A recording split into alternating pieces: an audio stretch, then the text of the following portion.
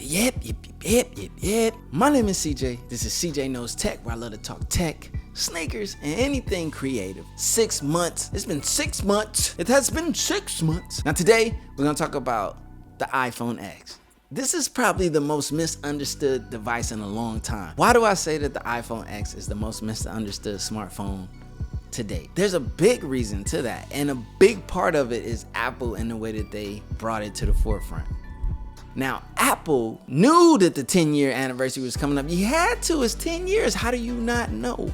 But yet, in the presentation of this here iPhone 10, you can tell that Apple was scrambling to the forefront to get this thing out on time and in the manner that they chose to go. Now, why would it be so hard for Apple to get the iPhone 10 out on the 10-year anniversary in the likeness that they chose to go? Well, let me see. It took them forever to finally get on board with the OLED displays, the waterproofing or water resistance, shall we say, to get with the times. Now, one thing I want to point out real quick and fast, there's a lot of animosity towards Apple. I get it. I hate Apple. Oh, they're not innovative and so forth. I gotta tell you something. Whether anyone has acknowledged it or not, Apple got the closest in all of the flagships. When you look at the Galaxy Note 8, bezels. Look at the Google Pixel 2, bezels. And when you look at the iPhone X, this is the closest to bezel-less that we're getting. Now, obviously, the big topic, the big hate, the big, holdback is the notch. And now, as you can see going forward, the notch is here to stay. The notch is on Android. The notch is on Samsung, probably coming. The notch is maybe on the Google Pixel 3. I don't want to take away from the fact that Apple got the closest. They put this notch here, but as you can see, there is no bezel at the bottom, the left, or the right. There's that notch at the top, which I did not like in the beginning. Being a user, an avid user at this moment, being that this is my daily driver, I can 100% tell you, which this isn't something that you don't know, the notch, you get used to it, you get over it.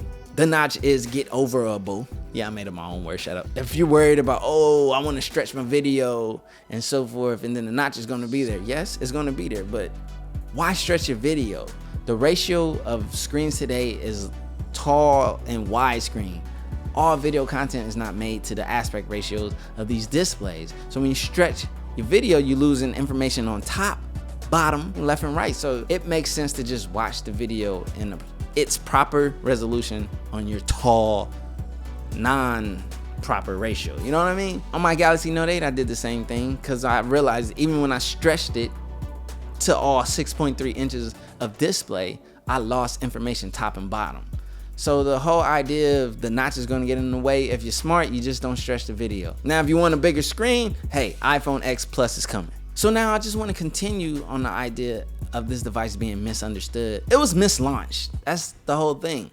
I think the launch, you felt it in Apple's presentation. It wasn't like the most smoothest, marketable experience like Apple usually has. And then not to mention the price. The price was nuts. Apple jumped the gun. You were tripping. This is what your phone should have looked like a long time ago. And the fact that you charging us an arm and a leg just to get what we should have had. Like the iPhone 8 and 9 and so forth should have looked like this anyway. And then another thing, the space. Like, come on, Apple. 64 gigabytes? Really? 2018, 64 gigabytes? I mean, I know it's 2017, but still though, get out of here, man. 64 gigabytes on a device. Now the Note 8 has 64 gigabytes, but guess what the Note 8 has? Expandable memory to have 64 gigs. And then you offer the 256 gig and slap an extra $200 price tag on it. You don't have to create a 64 gigabyte version to push people to buy a 256 gigabyte version. I don't know. I don't even understand how anybody bought the 64 gigabyte except for the people that were stretching their coin just to get it at $1,000. Ridiculous. The price on these phones are getting outrageous. They're costing the prices of a damn laptop. So I can understand the apprehension in that point. No, I didn't pay full retail on this, if you're wondering. I got a little deal through Best Buy. Best Buy be looking out. Best Buy be throwing a little down payment there for you or whatever. Obviously, they got some deals worked out. You know how it go. But at the end of the day, so I didn't pay the full ridiculous price of $1,200 on an iPhone X 256 gigabyte. No, Apple 128 gigs, 256. Or 256 and a 512. Like, quit playing with the people, man. Get out of here with all that nonsense. All right, let's get back on topic. I'm sorry, I'm getting into an Apple rant when this is about the iPhone X.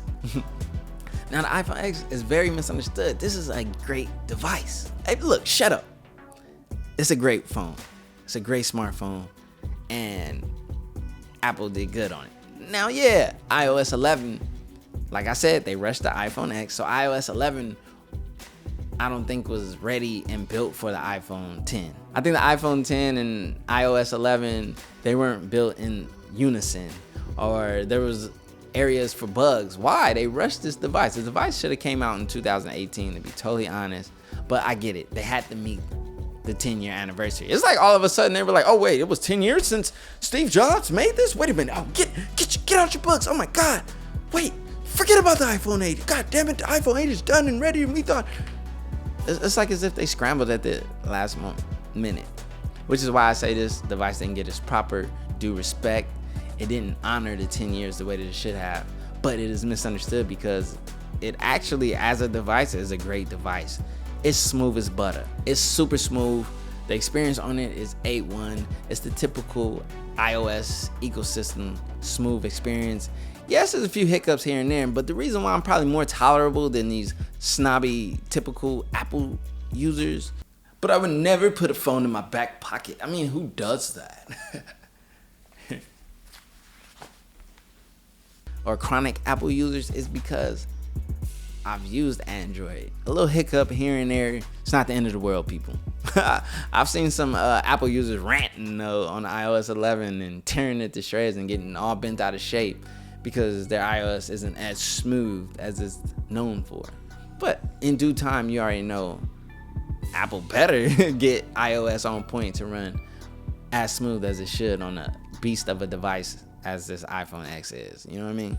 You know, Apple has great chips in their devices. I make this video to say that 6 months later, don't pay full retail, but if you're looking and you were curious about the iPhone X on how good of a device it turned out to be, it's actually a good device. There are cons. Nothing is perfect. Let's keep it 100. Here's a con that isn't really so much the iPhone X's fault, is more of Apple and iOS, but iOS is Apple and iOS is the iPhone. Notifications. Like,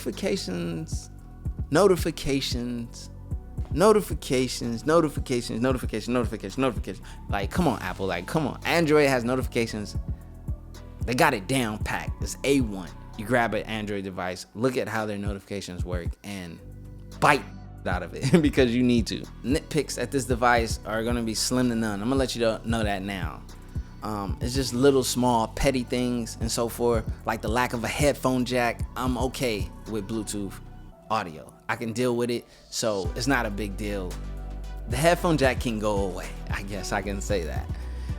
As much as it pains me to say that as a sound engineer who knows that the best audio is in using the cable, I mean, it's inevitable. We're gonna get rid of the headphone jack. We need to go wireless. You gotta move with technology, move with the times, and it's not that bad. Bluetooth audio is getting better, and I only look for it to get even more better as time goes on. So that's why I said these are just little petty small things I'm gonna pick at.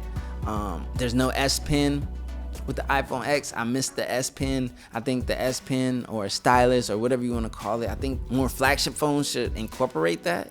I think since these devices are costing the price of a laptop, we should get a mouse with it, because the S Pen on the Note 8 was like my mouse to my smartphones. When I talk about phones and flagships, I'm looking at the heavy hitters, and the heavy hitters are Apple, Google, and Samsung. Sorry, everyone else. But at the end of the day, like, to be honest, I'm sitting cool with this device. Like, these notifications, you see that right there, they get on my nerves. They'll suck. But overall, like, honestly, I just wanted to stress the point. This is a misunderstood device. The coast is clear. If you want to get one of these, if you get it at a discount, obviously, I wouldn't pay full retail for it unless you got it. If you got the coin, go ahead and get it. But if you were ever apprehensive about this device, it's a great device. Now, going forward, I'm looking forward to see what Apple brings out this year.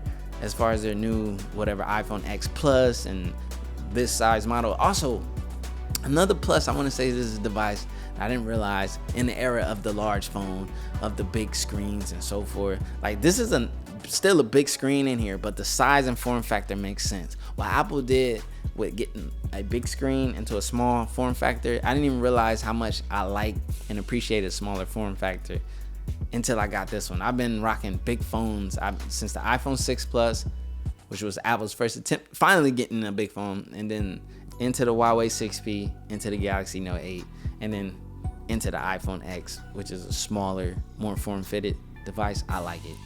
I said it before, it's a lightweight device. It matters. I understand some people are just like forever going to hate Apple. I hate Apple. That's your point. If you're that biased, if that's where you stand, that's your opinion, I respect it. Some people who are forever going to hate Android and look down on Android. So would you ever use Android? Oh, no, never. Android. As the peasants, some of these uppity Apple fans. I would never do business with a green bubble. I've never lived within a green bubble, and I never will. My bubble has always been blue. Who tend to act like that, which I think, anyways, I'm not gonna get into that, but I think you're missing out too. I think it's healthy to play with all platforms and all devices, especially in the top flagships and even the non-flagship ones. And you know, you gotta test the waters, because you never know what you might like until you actually have tried everything. I hate Apple. Don't be so closed-minded is what I'm trying to say. Be open-minded, be willing to try different things, be willing to cross-platform things. But if a company does things that you don't agree with, you know, personally, and that's why you don't rock with them, hey, I respect that. There's a lot of questionable actions from all of these companies. I mean, you know, I had to get something fixed on my Apple computer, which was totally Apple's fault. And they charged me a godly amount to fix it. But I forgive them. I mean, it is Apple at the end of the day. So you can think that, oh, so-and-so's doing that and point the finger there. I'm with so-and-so. They would never do that. But so-and-so's doing something else that you don't know about that's really shortcoming you and so forth. Like, it's the nature of the game. It's the nature of the beast. It is what it is. Whoa. Whoa, whoa, whoa. Smash that like button, smash that sub button. My name is CJ, this is CJ Knows Tech. You just watched the 6-month, like, realistic review of the iPhone X, the most misunderstood, most misrepresented, the most mislaunched phone in a while. I think Apple could have did a better job, and I hope they do a better job this year, because honestly, this phone deserved to be the most popular phone. It wasn't. The iPhone 8 was, for a good reason, and I understand that. But this phone deserved to be one of the most popular phones. And I think it ended up being one of the most popular phones anyway at the end of the day. It was not a flop number-wise, and there's a reason to that. And honestly, I think the people who got this phone, they kind of were quiet about how great it is, but it's actually a great phone. And I took a lot of jabs at it. I'm keeping 100. I was pop, pop, pop. I didn't like the notch. I was jabbing at that. It's so funny how what Apple does, the rest follow, because they have the market. And you know, when you say Apple isn't innovative, neither is the rest, because the rest are following Apple. Think about that. Even Samsung follows Apple footsteps. Don't get it twisted. Now they're starting to do the incremental updates. We'll talk about that later when we talk about the Galaxy Note 9 and whether or not I will be grabbing one this year. I'm looking forward to the Google Pixel 3. I'm hoping to look forward to the Galaxy Note 9 and whatever other cool and crazy tech drops towards the end of this flagship era. Anyways, I'm ranting. I'm talking too much. At the end of the day, the iPhone X is a beast. There's haters. I hate Apple. For Apple, I get it. Why do all these people love Apple? I don't understand. You know what I mean? Like, they're a terrible company. There's haters on the iPhone X. I get it. Why would you want that? Ecosystem. iOS has an ecosystem. But I'm just telling you to be a little bit more open-minded, and this is a great device.